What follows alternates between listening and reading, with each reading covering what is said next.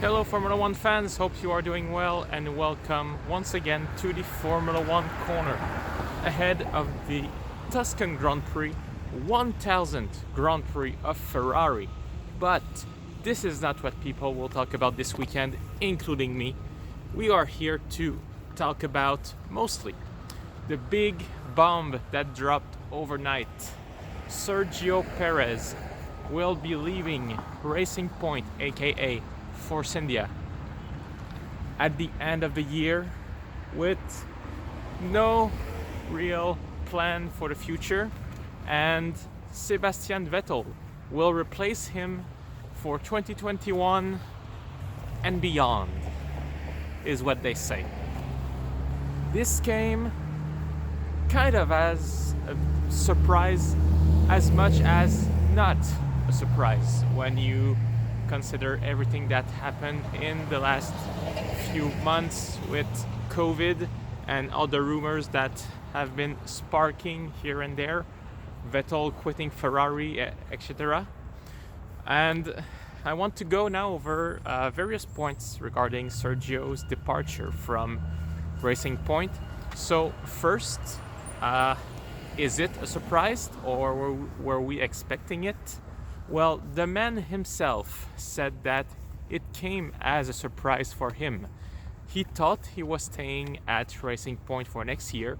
His contract was good until 2022, in theory, but got a few hints here and there, started to figure it out. Still was confident he would be staying with the team for next year, but only learned on Wednesday night, so yesterday, only a few hours before he told us on social media that he was getting bumped out and that Sebastian Vettel will take his place next year with the team that will be rebranded as Aston Martin.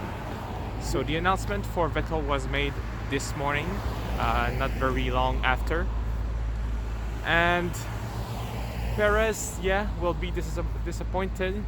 He invested so much in the team. He's the one who saved that team from bankruptcy in 2018, and that got it rebranded Racing Point. And he's been there for 7 years. He was there when it was still called Force India. And just a big bummer for him. He is one of the good driver on the grid. He got 5 of the 6 podium of that team when it was named Force India, and got one as while they were pink, and that's a shame, really. And now what does the future hold for Sergio? He does not know yet. Thinking that he was gonna stay there, he had no plan B, but there are still hopes. We know that Haas was slightly interested in him at some point, but also Alfa Romeo apparently would be pretty interested in getting a man like Sergio Perez in their team to try and rebuild it. And it's also a team that Sergio knows well. He drove there when they were still Sauber, so it's a team that he knows, a team that would probably allow him to stay in Formula One. But again, it all depends on what happens to the 2 current drivers. Will Kimi Raikkonen stay in Formula One after this year? What will happen to Antonio Giovinazzi, who's technically the next in line for a Ferrari seat? But again, we can question that after Carlos Sainz was signed to replace Seb. And it's really an unknown at this point. I think Sergio will now start to scramble around. There's not really any other team to which he could go. Ferrari, Red Bull, Mercedes, doors are closed. McLaren is sealed. Renault is sealed. Williams is sealed. It's really Haas or Alfa Romeo for him. Hopefully he can find a seat, because he's a guy who can take a midfield car and bring it to the front. He's a guy that, if he had been in Lance Stroll's place during the Italian Grand Prix, could have won this race. So What does the future hold for Sergio? Nobody knows, but hopefully we'll find out soon. Now we have to ask, is this a good move from Racing Point? Well, getting Sebastian Vettel is a good move. This is not a bad thing. Nobody will question that getting a 4-time world champion is a bad thing if you want to try to rebuild your team. But we can ask the questions for two reasons. First, Seb has been underperforming recently with Ferrari in 2018, 2019, and this year, even though he was struck with plenty of bad luck, he's been behind his teammate for most of the races. And gotta ask, does he still have the motivation? Does he want to fight in the midfield? I'm sure that if he accepted that contract, it's because he wants to stay in Formula One, obviously. But is he ready for such a challenge? That is a big question, big interrogation mark that we are putting. And also, will Lance Stroll deliver as a teammate? The only reason that, in my opinion, that Stroll will be Seb's teammate next year is because Lawrence Stroll, his father, owns the team. Otherwise, the common sense says that Sergio Perez should have been there. With a duo of Perez and Vettel, yes, you could for sure bring that team to very high standards. A team that's going to be Aston Martin, that's going to aspire to be in the top 3 to win championships. Now with Lance, he's not a bad driver, obviously. If you're in Formula One, you can't be bad. But he has been below his teammate, not only at Racing Point with Sergio, but even when he was at Williams, never really performed to a level where you would say that he is a great driver. He might be an okay midfield driver to some extent at the moment. And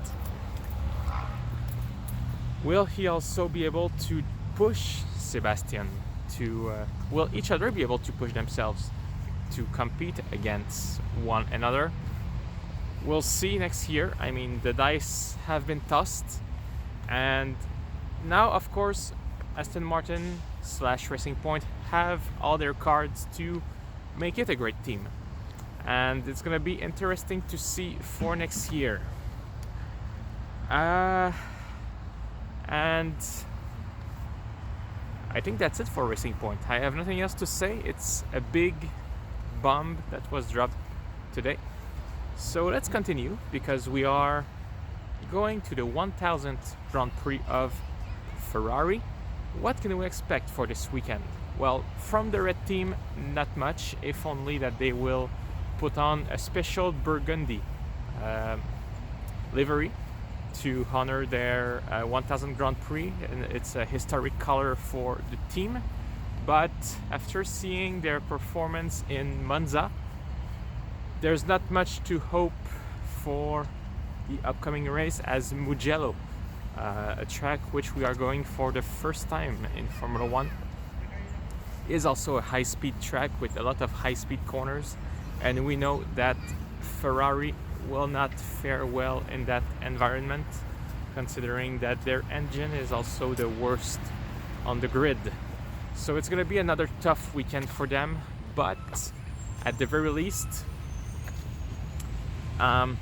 they know it now, and I guess they can start working already on improving. They cannot be worse than they were last week. Literally, there is not a worse outcome. Who else? Yeah, Williams was a big talk last week with Claire Williams leaving the team, and now officially this weekend, no one with the name of Williams is part of the Formula One Williams team. Simon Roberts, team sports management, have been appointed as a temporary leader for the team. He's going to be there this weekend, and then we will see, I guess, by the end of the year what Dorothon Capitals, the new owner, will do. Williams obviously will still fight at the back of the grid, but Will be interesting to see if there's a bit of a change of dynamic from this weekend compared to the last one. At AlphaTauri, Pierre Gasly will want to get good results again. Said that his victory last week gave him a boost that he needed. Already a really good driver, but now he hopes that maybe the Red Bull mother team, the Red Bull officials, will open their eyes and maybe give him a second chance at the big team and maybe emulate what Sebastian Vettel did 10 years ago, 12, with victory at Monza followed by 4 world championships. Again, congratulations Pierre for your victory in Monza last week. Mercedes and Red Bull will again fight for the win this week. Mercedes will want to make up for the ground they lost last week, even if it was not much ground in the championship. But after 5th and 7th place, they will want to come back winning.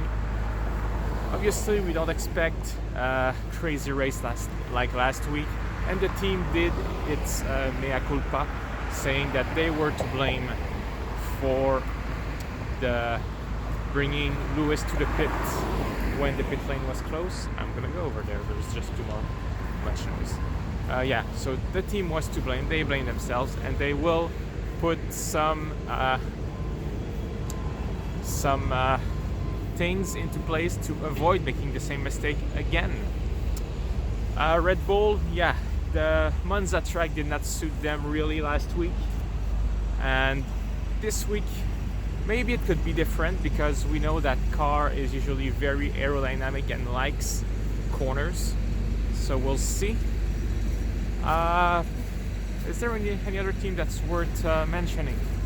I mean, Renault could be an interesting one. They were strong in practice at Monza, did not deliver much during the race, but could still cause a surprise this week. We know they have a good car. Same for McLaren. They could also be a bit of a surprise if they can get their act together. And a special mention this week, we're bringing, slowly, fans back to the track. That is true.